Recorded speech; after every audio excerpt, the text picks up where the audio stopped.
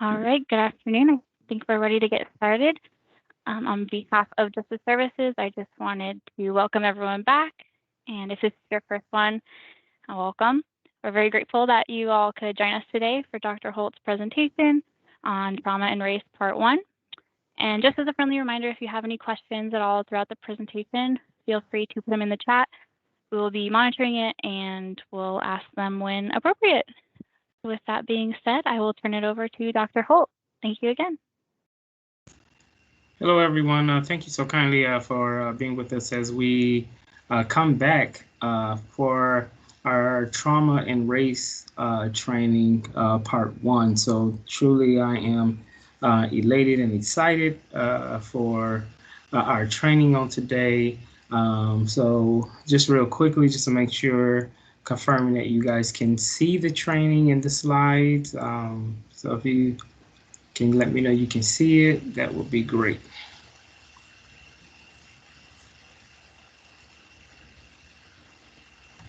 Can everyone see it?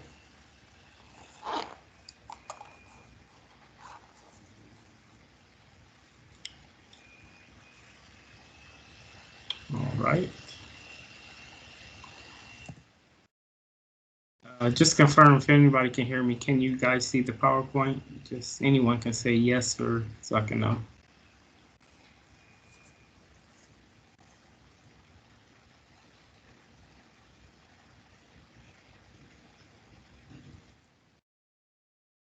We can see it and we can hear you. We should be All right. good. All right, sound good. All right, so again, good afternoon. Excited. We had a wonderful training on last week, and so coming back, dealing with part 1 of trauma and race. This is a very, very necessary kind of training and topic, especially what our communities are going through and what our nation has been through and still going through, and where our communities of color and minority groups are going through and have experienced. So this is a really, really important topic to discuss. So introduce myself. My name is Dr. Holt, Damond T. Holt, and I am a traumatologist, and I am a trauma crisis specialist, a mental health specialist, and I'm also I do hypnotherapy for individuals with trauma and post-traumatic stress disorder, um, and so many other things. I'm a licensed restorative justice trainer and uh, practitioner as well. When we look at models of restorative justice, I'm an expert and trainer in that area as well. So today we'll be dealing with, again, trauma and racial trauma. And so pretty much a traumatologist is an expert of trauma. My PhD is in psychology, and a lot of my postdoctoral work is in the science of traumatology and how we look at how trauma impacts the brain and how it impacts your nervous system, your sympathetic nervous system, how trauma impacts your implicit and your explicit memory, and how your trauma impacts your physiology as well. So it's not just your neurology, psychology, but it also impacts your physiology as well. And so today we're going to be talking about more specific in a specific area of trauma is race-based trauma or racial trauma. And that's important because we have come to realize that we know the racism and the experience of it and experiencing discrimination or experiencing racial bias or anything or microaggressions or anything of that nature, that you do feel some kind of way. And I think that we are now, as we look at trauma, we're beginning to realize that it's just not this feeling. It's just not this, like what just happened to me? Was I a victim of racism or was I a victim of discrimination? What that person said to me or that racial slur that somebody said to me, what just happened? I feel some kind of way. Well, if you're feeling some kind of way, yeah, you probably right. You did feel some kind of way, but it's more deeper than what we think. And what we realize is that trauma is not just acute and chronic and complex. or generational historical, but trauma certainly is race-based.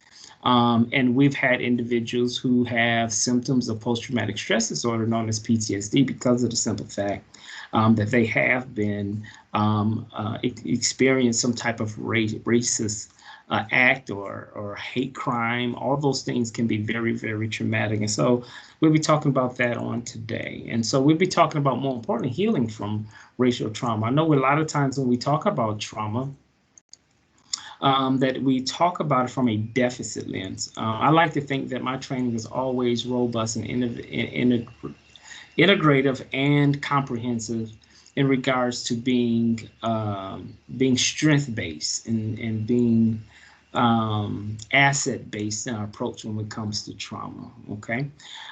So let's get into it. And so again, this is a trauma, and it's not always easy to have these conversations, especially when we start talking about race. Race, a lot of times, really get people to feeling weird. It gets a little sometimes weird in the room.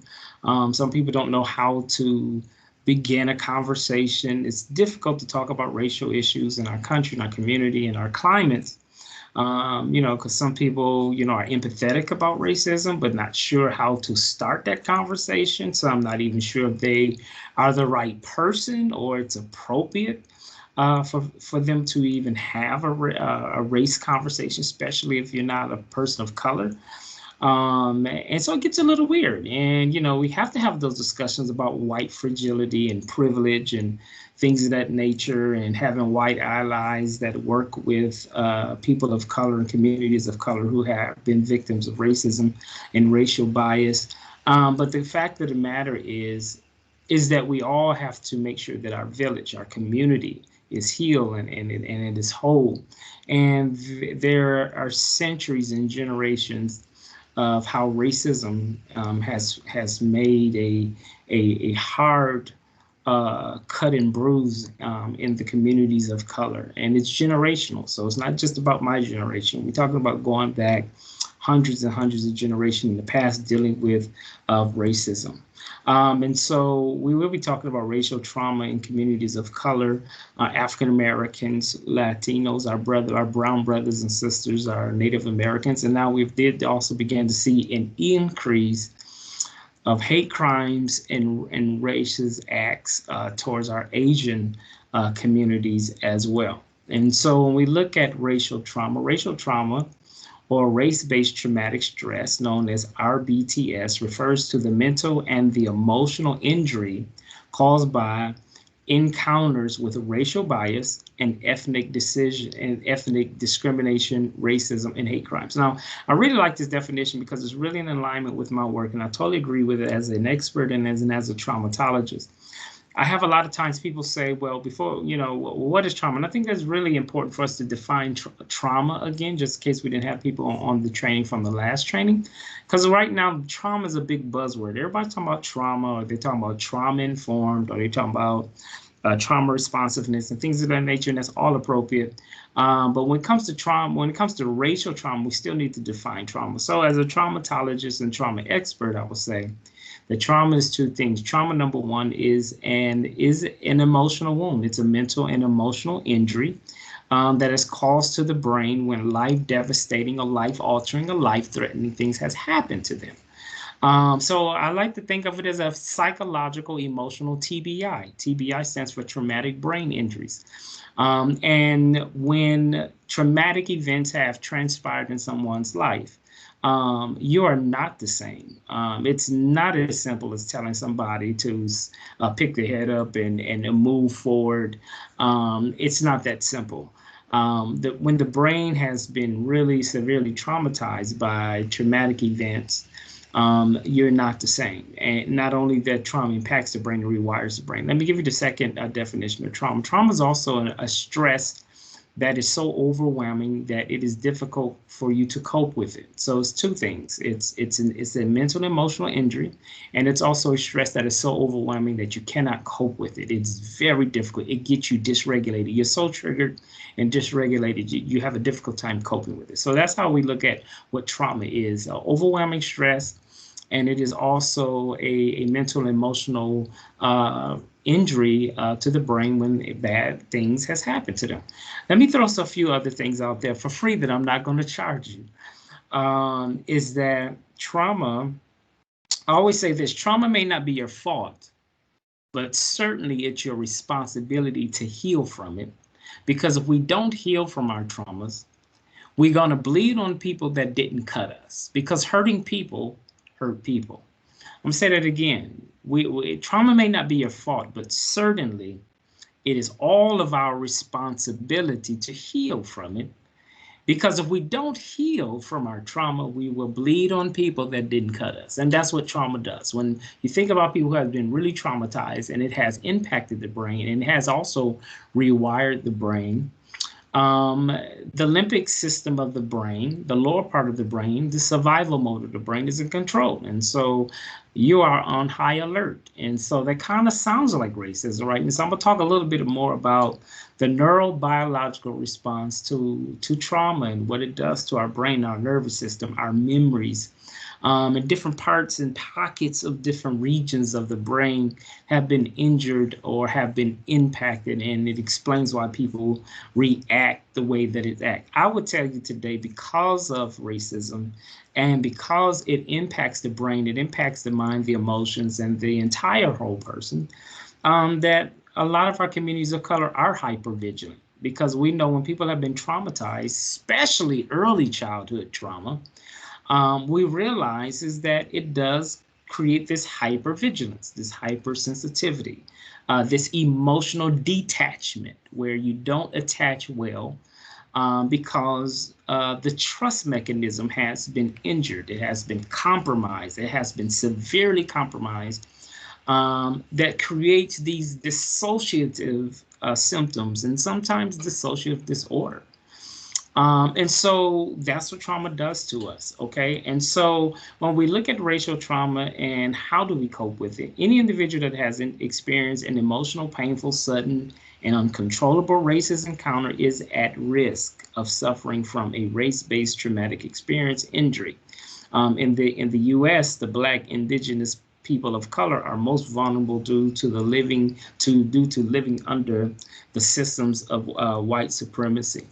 When we also talk about trauma and race-based trauma, you better believe the next trauma that's very connected to racial trauma is historical trauma. And how we define it and how I define it and teach it and train it is that historical trauma is a multi-generational trauma experienced by a specific culture, a racial or ethnic group.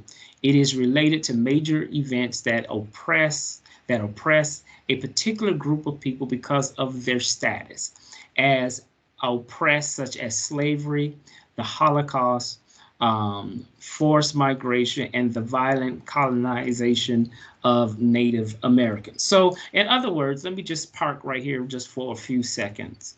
When we look at historical trauma is known as being a trauma that has impacted minority groups. So let me backtrack and talk a little bit into this slide. So we know that that when we talk about the Holocaust and the gas chambers and how many of the Jewish people and the Jewish community has been impacted by the Holocaust, that has traditionally been historically to traumatize the Jewish community, okay? When we talk about chattel slavery and talk about the lynchings and the Jim Crows and all of that come with slavery since 1619 and 1600, 400 years ago, that has historically impacted slaves, African slaves, and even up to today when we talk about African Americans.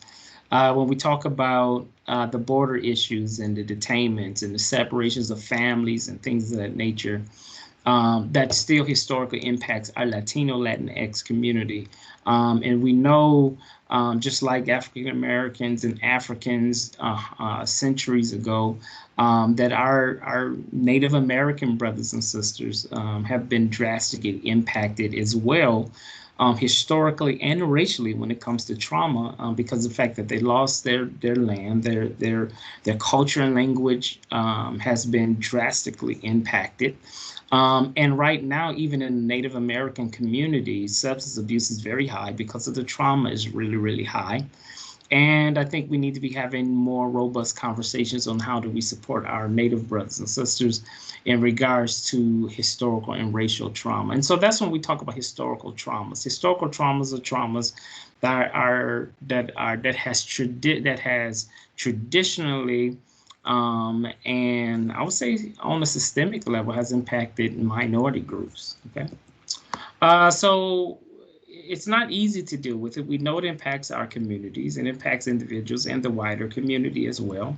So let's look at racism. So we hear a lot about racism. We hear a lot about what is racism, and be surprised, racism is not as simple as defined as what a lot of us believes. And then there's different genres or different pockets of what I would say racism look like. But racism does has a impact the brain, and it impacts the whole person. To be violated and be disrespected, or to be experience some type of negative impact of how you're treated it does have this negative type of impact on the individual. You know, condescending conversations and languages, racial slurs, microaggressions, things of that nature, all comes from this manifestation of racism. So racism is the belief that groups of human possess different behavioral traits corresponding to physical experiences and can be divided based on the superiority of one race over another, and may also mean prejudice, discrimination, and antagonism directed against other people because they are of a different race or ethnicity. So when we look at racism as this general, that's kind of like the general definition of what we look at racism. But then we start going into different specialties or genres or different type of positions of racism. And one is institutional racism. So I don't think a lot of times we understand how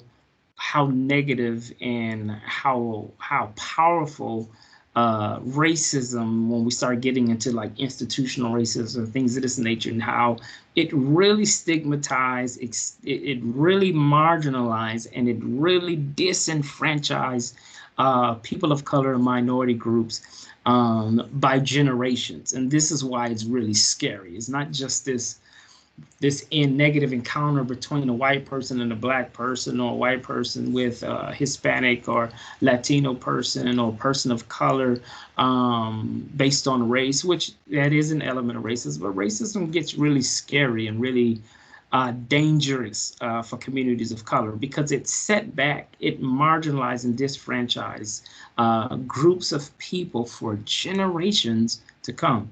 And so one of them is institutional racism. And so when we look at institutional racism, it describes any kind of system of inequality based on race. It can occur in an institution such as public government bodies, private business corporations such as media outlets and universities, public and private. But then the next one is structural racism. So we began to look at racism a little bit different. It's not just this, hey, you know, I'm going to use the N-word, or I'm going to use this racial slur against a person of color.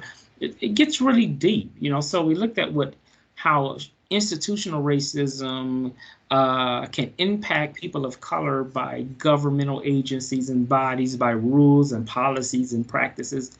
But then we look at structural racism. And structural racism is, in the United States, is the normalization and the legitimization of an array of dynamics, which is historical, cultural, institutional, interpersonal, that routinely advantage whites while producing cumulative and chronic adverse outcomes for people of color. It is a system.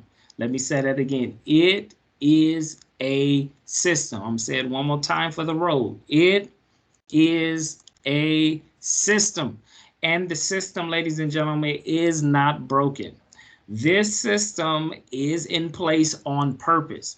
And it is a system of hierarchy and inequity, primarily characterized by white supremacy, that preferential treatment, privilege and power of white people at the expense of Black, Latino, Asian, Pacific Islander, and Native Americans and Arabs and other racial oppressed people.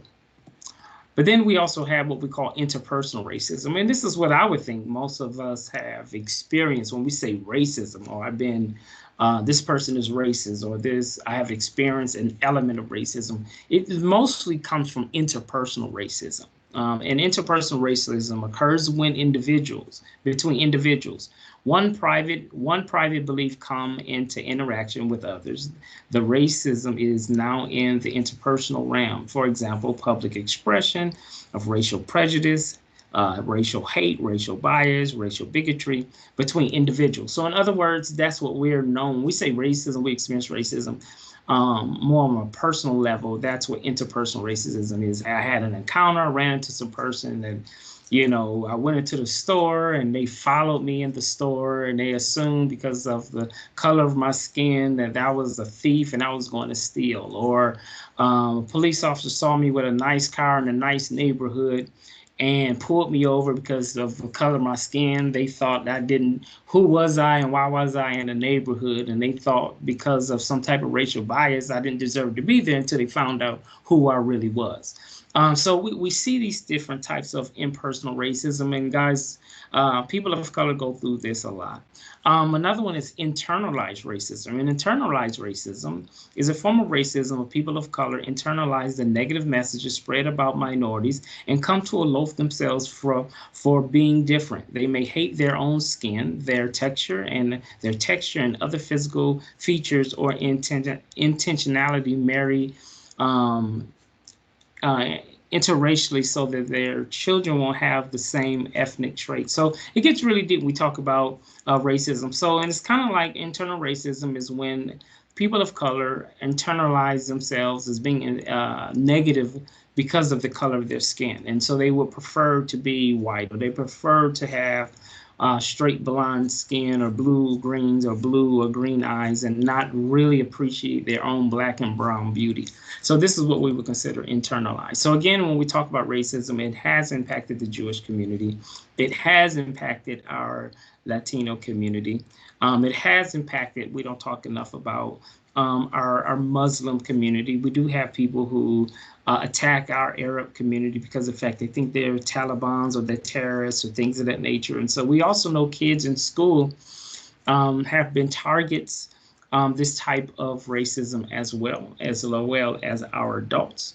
So we want to always keep an open mind of how racism impacts our Asian brothers and sisters in the community as well. We just saw earlier this year that there was an increase of shootings, of hate crime shootings. And so we know that the Asian community has been victims as well as racism due to hate crimes, as well as other minority groups. And so this all has a big, huge play, and it has a big, hard impact on our Native Americans' civil rights. We talked about that, all going back into colonization or colonism in the 1500s. And we see even to today, a lot of our Native communities have drastically been impacted because of trauma, and most definitely because of policies that has stigmatized and disenfranchised the people of the reservations, Native Americans for generations. And so we began to see a rise of movements. We're really known for the civil rights movement with Dr. King and Malcolm X and Medgar Evers and Whitney Young. I can go on and on. Rosa Parks, who were essential when it comes to the civil rights movement 50, 60 years ago.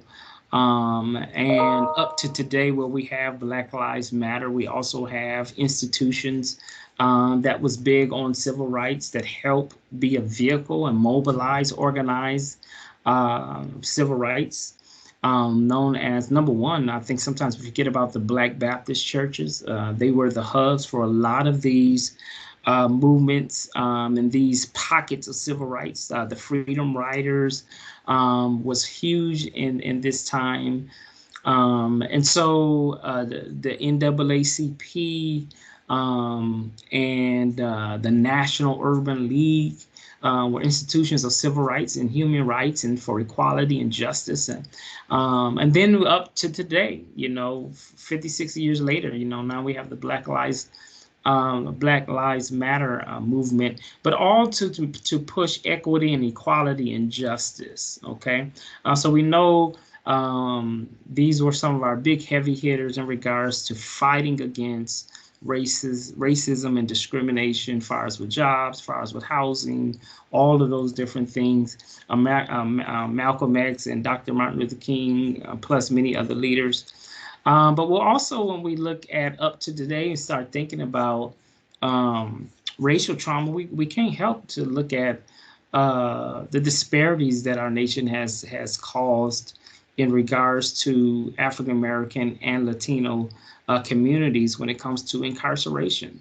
It is crazy to think that we're only 12, 13% in our country's population, but we overly represent the prison system, our state and federal prisons. We overly represent, and we know that there's been a lot of it had to do with racist acts and racial profiling, racial bias in the justice system, from law enforcement to being arrested, to being indicted, from our prosecutors to being convicted and sentenced in our courts, mandatory sentencing. There's a huge difference of treatment in regards to how white community members and our Black and brown community members are treated with the justice system. And so racial profiling has also pushed this impact of how racial trauma impacts people of color. We just recently, about a year ago, experienced a traumatic event that was crazy. It was the epitome, what I call race-based trauma, for us to see George Floyd be killed for 9 minutes live on TV over and over and over. And it really traumatized America, and certainly it traumatized communities of color and even children of color. Racial profiling is really serious, and it does traumatize our community. We talk about engagement with law enforcement in communities of color. It looks different from regular communities. Here in Tucson, the way police patrol Western Hills versus the foothills is extremely different. Let me tell you that right now, extremely different. And Tucson police is on the record with their dashboard stating that they're trying to figure out why police overly police and traffic stops are extremely higher in communities of color than versus white communities. So there is a racial element there. Is every single thing is racist? I don't believe so. But we cannot ignore that there's some kind of racial bias that goes on in poor communities and communities of color versus white suburban communities.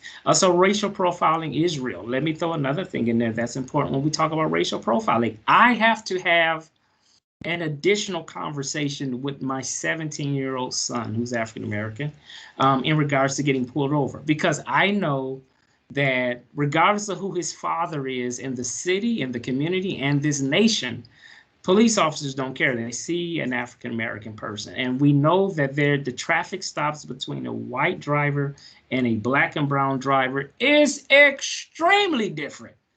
I talked to some of my white counterparts who are friends, and they know the racial, the racial issues that we have in our country, especially with police and communities of color. And they say, oh, I just pull out my driver's license, pull out my registration and my proof of insurance, and he run my tag, and everything is everything.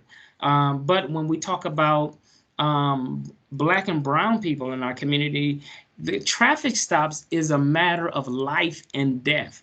Whereas some of our white counterparts are just getting a routine traffic stop and probably won't even get a ticket, might more than likely get a warning. We know that we can end up dead. So when we talk about racial trauma, does that impact the brain? Heck yeah. I know I know you feel some kind of way when a police officer just get behind you and trail you for 2 miles. They don't turn on their lights and siren. They just get behind you and just run their tags and just get you into this hyper vigilant state. Your driver's license is valid. You got coverage on your insurance. You start thinking about is, am I okay? Is all of my legal stuff right? Because I might get pulled over. That is traumatic, ladies and gentlemen. And we know that people feel some kind of way. And that's why we have to work harder on building stronger relations and relationships between our police and communities of color. Now, that's not all officers, right? Not so. Please don't. Let's put some common sense in this. Now, we're not talking about all officers are bad. We're not talking about all police departments are bad. We're not talking about all sheriff departments are bad. DPS with state troopers are bad. But when we have these bad apples, we have to address it. And I believe that we do not have to choose either or. And I think a lot of times our city and our country and our nation, we've been pushed to always have to be either or. Or if I challenge the police because of racism, then I'm bad on all the police. Not, no, no, no, no, no. I believe that you can address racism, and I still believe you can also celebrate people in uniform for going above and beyond the call of service, making a difference in their community. So when we talk about racism, we do have to make sure that we're making sure that that narrative is fair. Okay. So we know that when we come to the justice system, that it has been hard on our brothers and sisters in the Black and brown communities when it comes to the justice system. Even in today, looking at 2014 stats, we saw that when it comes to people of color, we still overly represented in the Pima County jail. Hispanics, represent, it's overly representing the county jail. Native Americans, most definitely African American, we're only 4%, and I look at different stats and say 4%, 5%, whether it's 4%, 5%, we're overrepresented in the county jail. Something is wrong with what we're doing. Now, I do know there have been some amazing encounters, especially with the safety and justice grants and the MacArthur work out there of trying to reduce jail populations. And it still fluctuates, I think, down to like 10% with African Americans. So we have had some strides, but we still got a lot of work to do. We're still overrepresented. So we have to look at what does the justice system do to us? So again, so we know this. We talk about slavery have impacted us. We talked about we have to get through the Jim Crow. We have to deal with segregation in the South. We have to deal with redlining with our neighborhoods and housing when it comes to trying to purchase a home or open up a small business, how we were treated. We know that job discrimination is still very real. We know individuals who are African Americans that have a very ethnic name felt that they had to use a different name or use a middle name or because they felt their name was very ethnic and it could appear so ethnic that people can probably determine their race and ethnicity through the resume and not give them a chance for an interview or for elevation and promotion.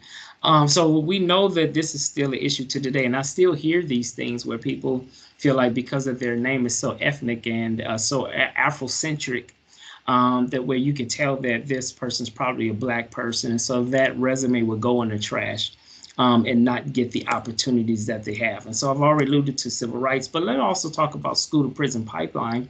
A lot of racism didn't start with police. A lot of racism started in the education system. And so a lot of children of color, African Americans and Native Americans and Latino American students have been treated differently when it comes to education, when it comes to equity, when it comes to discipline, how kids are suspended, how kids are Black and brown kids being arrested from the schoolhouse to the jailhouse, which opens these doors for a lot of negative ramifications that happen when kids are spending too much time in the juvenile system. And I always say that if you don't, you have to keep kids behind books so that we don't have to keep them behind bars. I'm gonna say it again. We have to keep them behind books so we don't keep them behind bars. This is very important, and it starts in the education system. The more kids are suspended or kicked out of school or are not in a supervised instructional setting for education. They're going to be out in the streets. They're going to get in the wrong crowds. They're going to get influenced by the wrong people. And next thing you know, they're going to make bad choices that can be detrimental for the future. So this is very, very huge when we talk about school discipline. We know that between whites and black students, that if a black student commit the same violations as some of the white students, that we know that our black and brown students, male and female, can be suspended 3 to 6 times more than the average student. So we know that there's also racism in our education system. So that means that our brains have been turned on high alert from very, very young ages. So this is not just some 17, 18-year-old issue. We have kids that are experiencing, especially students of color, experiencing this in elementary, and I probably can go further and talk about how certain kids are treated in early childhood education as well. So school to prison pipeline is real. If we keep kids behind books, we will not have to be concerned about them being behind bars. Okay. Another thing I want to throw into as a practitioner is sometimes students of color are also misdiagnosed probably more than any other student in the education system. They're more prone to be thrown into special ed. They'd be more prone to be thrown into all these different things because of the fact they've been misunderstood. And so we have to also be careful to really understand the traumas that students of color go through. So we also know that pretty much everything I talked about was pre-existing, okay, before COVID. And so that was already scary. Some of the stuff I've already talked about is very scary when it comes to race-based trauma and how racism and racial bias impact people of color, students of color, adults of color. But then we got this coronavirus, this COVID-19 that came in and exacerbated a lot of our pre-existing situations. It impacted our African Americans, more blacks had been impacted by the coronavirus, the COVID-19 virus, than any other ethnicity. So we had disparities of access to health care in regards to this pandemic. And then it's this psychological trauma that impacts us as we are going through this, and it rewires the brain. When we first are born, the brain is built for connection, but when we are traumatized, our brain shifts from connection to protection. And when we are in this fight or flight or freeze, and why am I describing this? Because when you have been experiencing so much racial bias and you feel some kind of way that of being experiencing inequality, and you're pushing as hard as you can 5 steps forward and then you kick 10 steps back, it does put you into this situation of being hypervigilant and putting you this fight or flight type of response. And when communities are experiencing a lot of trauma, you see it not just impacts your neurology, it just don't impact your psychology, but it impacts your physiology, which means it impacts us physically. If you understand ACEs, if I was doing something on childhood trauma, I'll be talking about a little bit more on ACEs, which stands for Adverse Childhood Experiences, which is early childhood trauma. A lot of communities of color have been dealing with a lot of trauma since they were young. And so imagine the brain never getting a chance to turn off and the body never get a chance to calm down from being hypervigilant. What happens is if we stay into this neurobiological response of trying to stay high alert, short term is okay because that's what it's designed for. It's designed to help you save your life from a life-threatening situation, but then your body goes through this calming. But what happens when your brain is stuck? What happens when your brain is stuck in this hypervigilant state? Well, it begins to impact the full body, right? So we know that when you're in fight or flight or freeze, it impacts your immune system, it impacts your heart, your lungs, your pancreas, your skin. All of these things are very, very important when we talk about these things. So let's talk a little bit about the brain. And so I brought my brain with me, so I try to keep my brain with me. So I also have a brain in my hand. And so one thing about the most complex organ in the body, which is the brain, is that Bad things can happen to this, but the brain is more resilient than what we give it credit for. The brain can be rewired. So thank God when it comes to talking about racial trauma and the bad things that has happened, let me tell you, there is some good to this, right? So I spent a whole lot of time talking about the good, talking about the bad, the ugly. So let me get ready to shift gears into more of the positive, because the exciting work that I do is I have people who have been extremely traumatized to the point that it impacts their emotional health, their behavioral health, and their mental health, where they struggle with schizophrenia, from mild, moderate, and manic depression, suicidality, and all these different things. And then on the behavioral health side, which opens the door for addictions. And so the meth and the heroin, the crack, the dope, all of that, the alcohol, shifts into these addictive behaviors, which really addictive behaviors come is a sign that this has been injured. So, and I think we have to spend more time talking about this brain here, because if we can get this brain to have neuroplasticity, which means to rewire it to a place where it can adapt from the bad to the good, it's very, very possible. So this brain has different regions.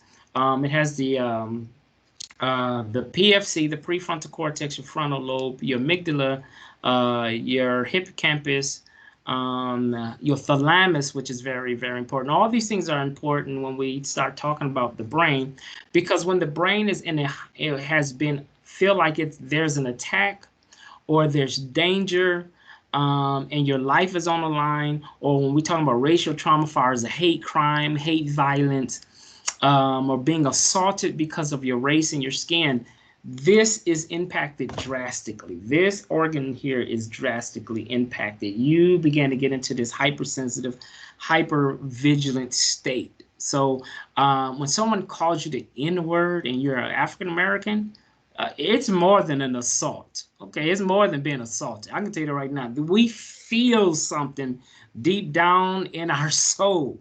And it gets us into this place of rage and disrespect, and also a threat, where racial slurs can also be weaponized to make people of color feel inferior. Your brain is impacted, ladies and gentlemen. Okay, so your all of your regions of the brain work together to create this neurobiological response that releases cortisol from your hypothalamus pituitary adrenal axis, which releases this cortisol that makes your eyes and your pupils dilate, your breathing change, your heart begin to pump faster, your blood begin to race, because your brain is in this fight or flight or freeze. That's the response, and the response and the purpose is to get you out of that life-threatening situation. So that's okay if you're in a very short-term danger, and when the danger subsides and is over, then the brain relaxes, the body relaxes from all of this neurobiological responses from being in trauma, right? Well, what happens when you are constantly in high alert? So as I alluded to on last week, let's say you're running a trail, working out, and you're minding your own business, and you're on the trail, and you're doing your power walking, and you run into a rattlesnake, right? And immediately your brain is going to discern that you are in danger, especially if we pick up it's a rattlesnake, right? A very toxic, poisonous, venomous creature. Um, your brain is on fire, right? You got to survive that situation. And cortisol release, all the pockets and different regions of the brain is working together to help you get out of that situation. But when the snake leaves, you're no longer in a threat. And so the brain and the body connects and knows that you can calm down from being hypervigilant and trying to save yourself out of the situation. The question is, when it comes to racial trauma, what happens when your brain is constantly on high alert? And because of your personal experiences with racism, far as it being interpersonal, as far as it being structural, as far as it being institutional racism, whatever, how do you think this plays on the brain? It plays a big part on the brain. And so we know that if we don't work hard to reverse those effects, it's going to be detrimental to us. The good news is we can heal. So remember, I said at the beginning, trauma may not be your fault, but certainly it's your responsibility to heal from it. And we must heal from our trauma. Now, one of the things I talk about and I teach on trauma is this: never ask what's wrong with you, but ask what has happened to you. Let me say that again. When we talk about trauma, especially in our approach of creating healing, is the first thing when we start talking about our trauma in regards to creating healing, approach is going to be crucial. And so the approach, as I always teach it, is when you start working with people who have been traumatized or have acute trauma, chronic trauma, complex trauma, historical or generation trauma, whatever those traumas look like, the first thing you need to do is have the right approach. And the right approach is not looking at people as what's wrong with them, but looking at people as what has happened to somebody. Because let me tell you, ladies and gentlemen, is that everyone has a story. So when we think about people that are coming through as defendants into our courtrooms, or coming into pretrial services, or coming into probation, I want you to be thinking about what has happened to this person, not what's wrong with them, but what has happened to them, because everyone has a story. I was just in a meeting with a retired judge, and he was saying, Dr. Holt, when we talk about when you're talking about trauma informed and trauma responsiveness in the judicial system, he said, I'm a judge. And he said, I'm going to tell you, as a judge, I've also been impacted by cases I've seen and defendants I've seen and cases I've had to rule on. And there are times I had a difficult time going to sleep at night because of the fact that I was compelled by the limitations on certain laws that I couldn't have room to be even more, I would say, more gentle, I guess, in certain ways of making a ruling. And in the judge said, I really struggled mentally and emotionally, that I wish that I could have done better, but I was powerless because of the laws that were presented to me didn't allow me to show more grace to a defendant that probably deserved it. So when we talk about trauma, we're not just talking about defendants. We also talking about probation officers. We're talking about secondary trauma that impacts our correctional officers, not just police officers. We know police officers on the street sometimes can experience this, but sometimes we don't really look at the whole justice system community. And so my approach is always looking at how do we support the entire justice, the entire community. In other words, if I was doing this type of work in the school system, I'll be saying, I'm not just going to look at the students.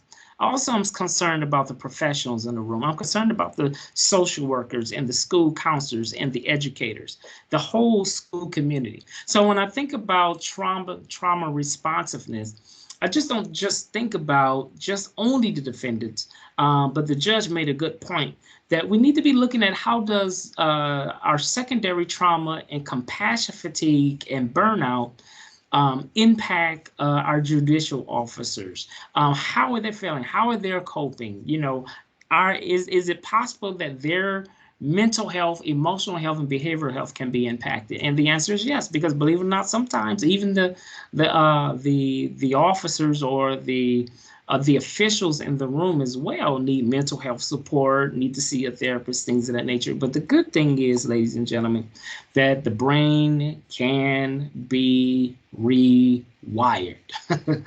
It can be rewired. So there's hope. I'm telling you, there's hope. And there's another thing I say, is that trauma may be your history, but trauma does not have to be your destiny. I'm going to say it again. Trauma may be your history, which means it's your past, but trauma just do not have to totally erase and take over your entire destiny in your future. You can rise above your trauma. So let's get on the positive side. Even when we talk about racial trauma or any kind of trauma, it's going to be the R's of healing. And one of those is going to be relationships, relationships, relationships. When people have been traumatized, safe, healthy relationships is going to be crucial. I'm telling you, in the justice system, that we have to look at creating and reimagining what relationships can look like.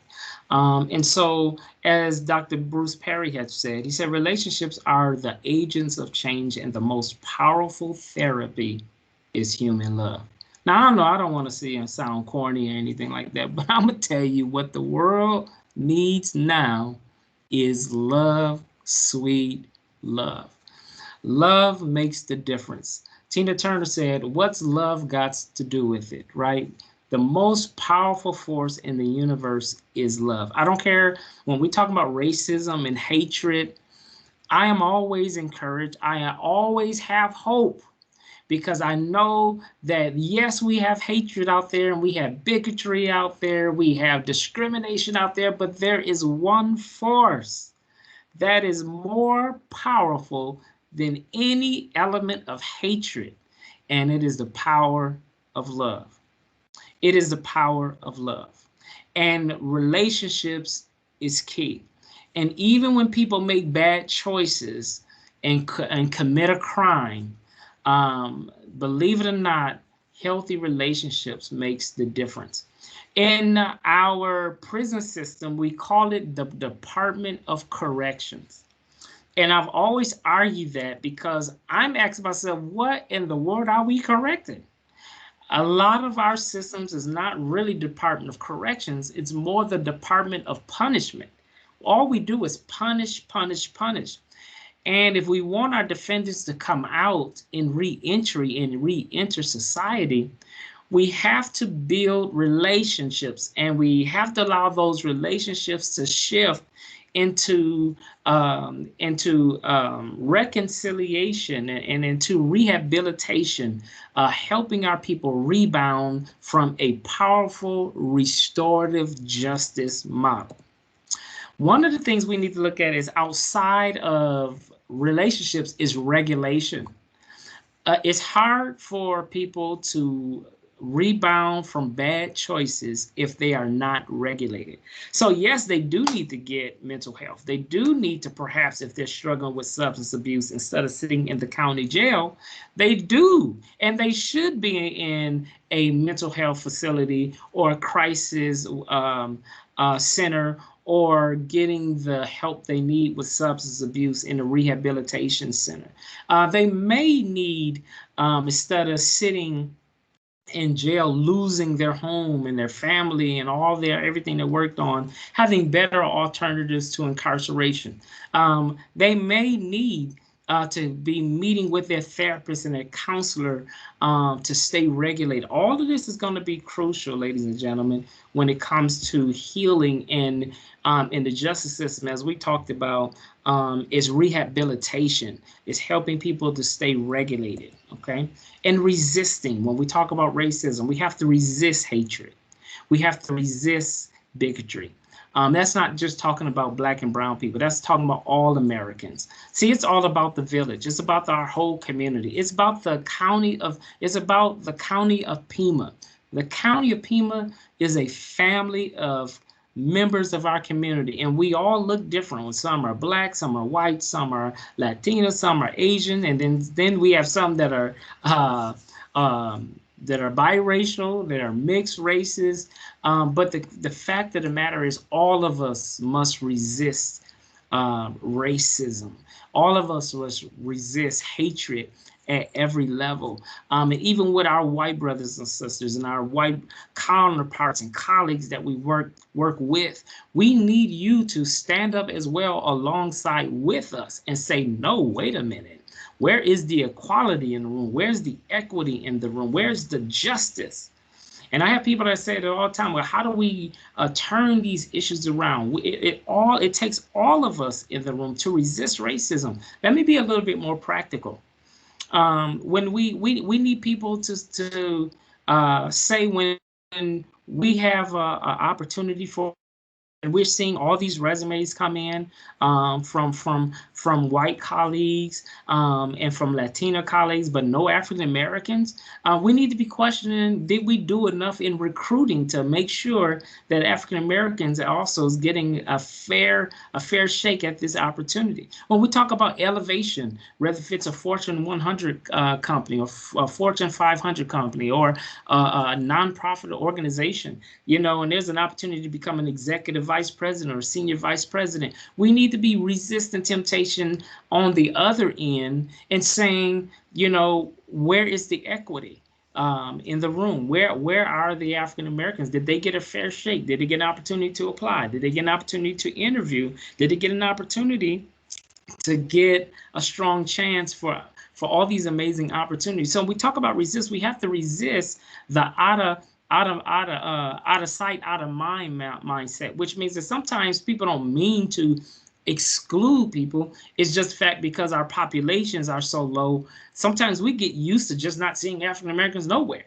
But that's still not cool. We have to have strong equity in the Pima County government.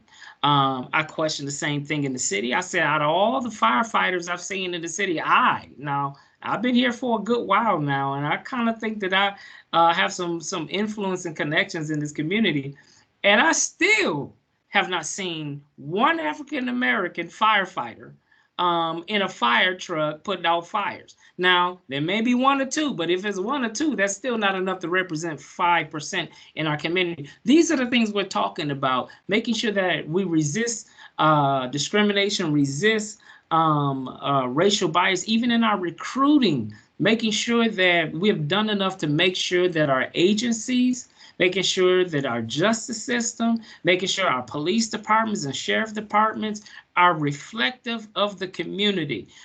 Even in the sheriff department, we want to make sure that we have more African American sheriff deputies. We want to see more people of color rise in the ranks and become deputy chiefs. We have to be looking at all of these things. And again, I'm not saying it's always intentional, but sometimes indirectly, it's still an issue because we have the out of sight, out of mind mindset. And so we have to be looking at these things. Where's an African American on a board county of supervisors? You know, who advocates for the African American community on a legislative level? So we have to be asking these questions. So it's very important that we look at these things. Restorative practices, which is a restorative justice model, I think is where we need to be going to creating healing. Yes, people make bad choices, but they need to have an opportunity to rebound and from their mistakes, okay? And then we get to what we talk about resilience, which means that now they have all of the things in their arsenal to rebound, even rebound from racial trauma. You can rebound from racial trauma, trauma of every level, trauma of all sorts, even racial trauma, you can heal. And so you got to have those healthy relationships. You may need to get therapy. You need to talk to somebody. You may need to have a support group. You need to make allies so you can also see that people that don't look like you is for you and for your cause.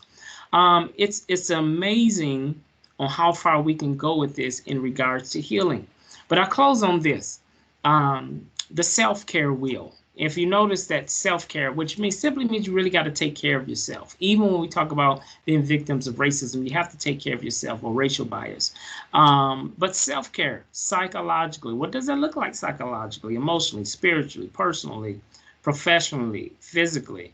We want to dive deep and look at best practices and best ways how we can all help people rebound from racial trauma. It's very important, even in the wealth gap. We look at how we look at trauma on a professional level and a wealth gap. There's a big wealth gap between the white community and the African American community. Yeah, I believe I think the numbers were $117,000 was the average wealth status versus African American community was only 17,000. That's not an interpersonal racism issue. That's a institutional and a structural and a systemic racial issue that we have in our country. Making sure that our policies, making sure that new legislation come out is very equitable for all Americans in our country, and making sure that we not just we have an opportunity, but we have direct access to those things that can change the trajectories and outcomes of communities of color. So I close on this thinking, that let's look at taking care of ourselves. Let's look at best practices on making an impact on reversing some of the things we're seeing in policy, reversing the things we're seeing in legislation. We have to keep in our mindset, making sure that who's advocating for communities of color, who's going hard making sure that people that look different from us has a voice at the table when decisions are being made. So when we're talking about really reversing these things, that's some of the big low-hanging fruits that we can be doing and starting today. Making sure that our legislators are keeping communities of color in mind in regards to equality and equity and fairness, making sure that our judicial system, when making decisions that's going to impact families and communities when it comes to a hard sentence, that people are trauma informed and they're thinking about what kind of trauma has impacted this individual before I make this decision. So there's so many things, and obviously we can't get it all in 1 hour. This training, a lot of my training is 6 to 8 hour courses, but I want to grab some things to just let you know that it's a village and we can rise above it. I don't care what has happened to you, you can rise above it and you can heal from trauma even when it comes to racial trauma. So let's start the healing today. Let's start it in every part of our county government and making sure that we have equity and making sure that we have fairness, making sure that we're practicing self-care. And yes, we are sharing love to one another. Again, what the world needs now is love, sweet love. And so again, thank you for your time. I hope that you really enjoyed. But let's empower our communities and let's heal together. So at this time, I'm turning it back over to our moderators. If you have any questions, let's talk about it for a few minutes. Thank you. Thank you so much, Dr. Holt. So we do have some time for questions. If anyone has a question, you can either put it in the chat, or if you would prefer, you can raise your hand and I can allow you access to your mic.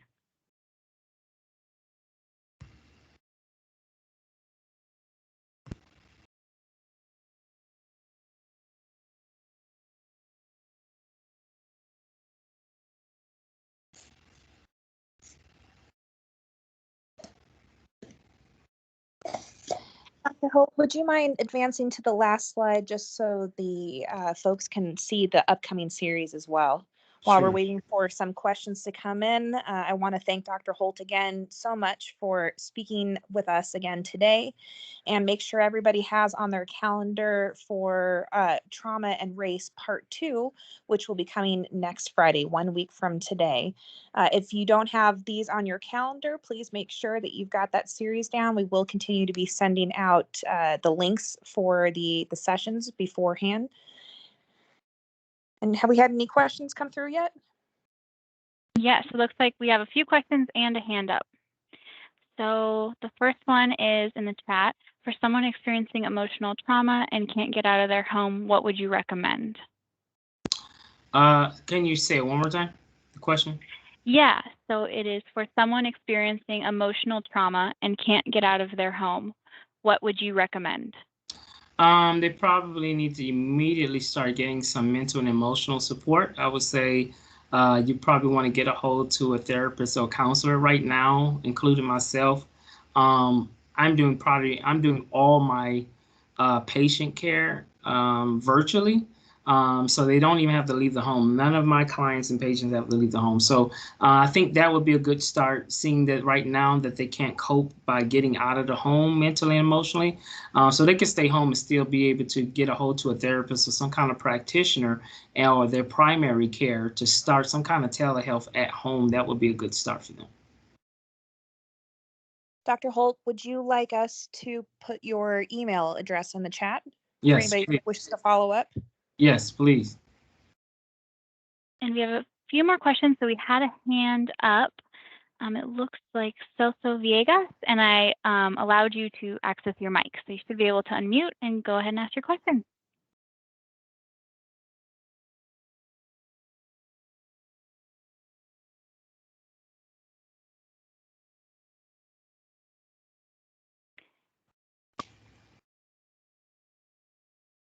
I'm waiting on you. Can you hear me now? I can hear you Yes. now. One of the things that we have here, I'm a member of the Tohono O'odham Nation west of Tucson.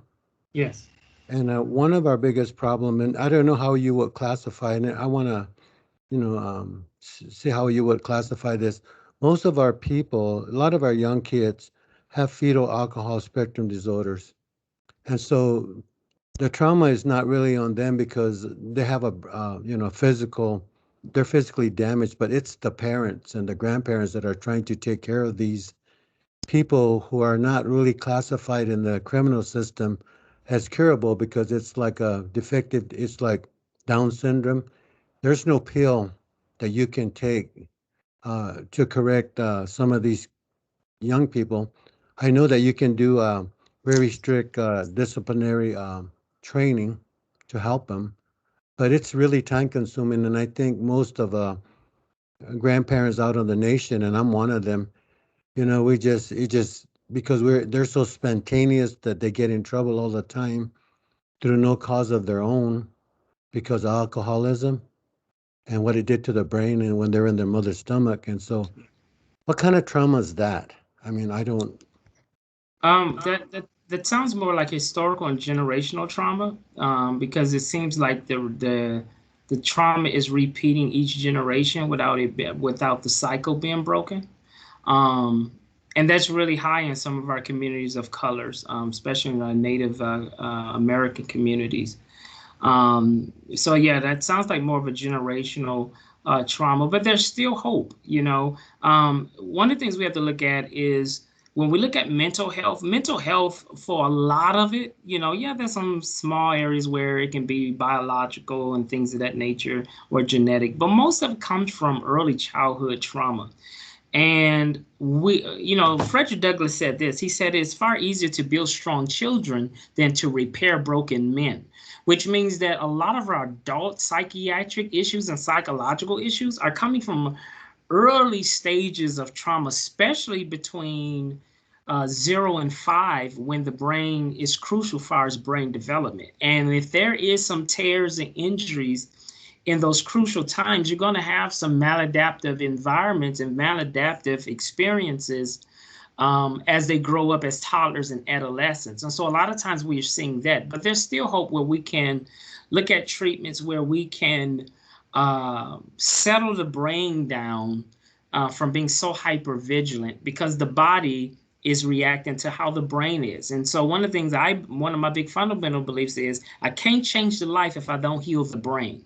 So a lot of times what we try to do is put Band-Aids on symptoms and treat symptoms when the real issue is the neurological and psychological issue of the brain and mind. We start out with healing the brain and the mind, and then we start looking at how these other circumstances began to improve. Again, it sounds simple, but it's a lot of work. It's not a sprint.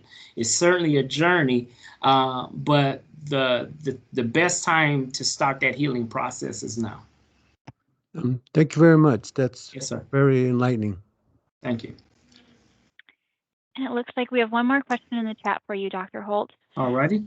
For healing on trauma, what is the first step that you would recommend? First steps on healing with trauma is, number one, they need to be ready, because no matter how great the practitioner or the expert is, if they're not ready, no interventions is going to work. So we have to have those conversations. Are you ready to heal? And believe it or not, some people are not. Some people want to stay angry. They want to stay mad. They want to continue to hold a grudge against the person that has hurt them. So they don't want to forgive. They just want to stay in that hurting stage. So they're not ready yet. So number one, we want to figure out, are you ready to heal? Because if you're ready to heal, we can make some magical things happen. So that's number one, ready to heal. Number two, you got to come out of denial. People that just stays in denial and said there's absolutely nothing wrong with me, but they're angry, they're cutting themselves, they have an eating disorder, they have been exposed to all kind of different maladaptive experiences, abusive environments, that's going to be a problem. So they also, secondly, have to come out of denial and be honest. They got to be ready to do the work. They need to come out of denial and say, I do have a problem.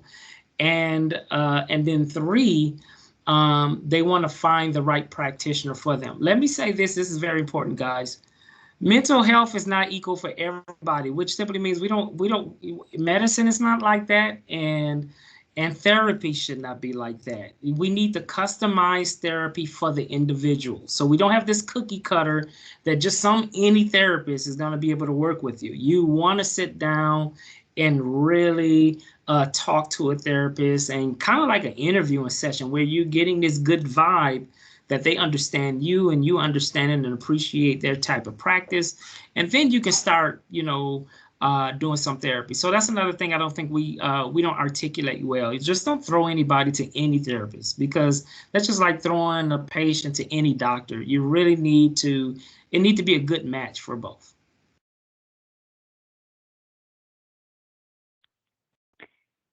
Thank you. And that looks like all the questions that we have. So I just want to take a moment and thank Dr. Holt again for joining us, and everyone else for taking time out of their Friday. Oh, looks like.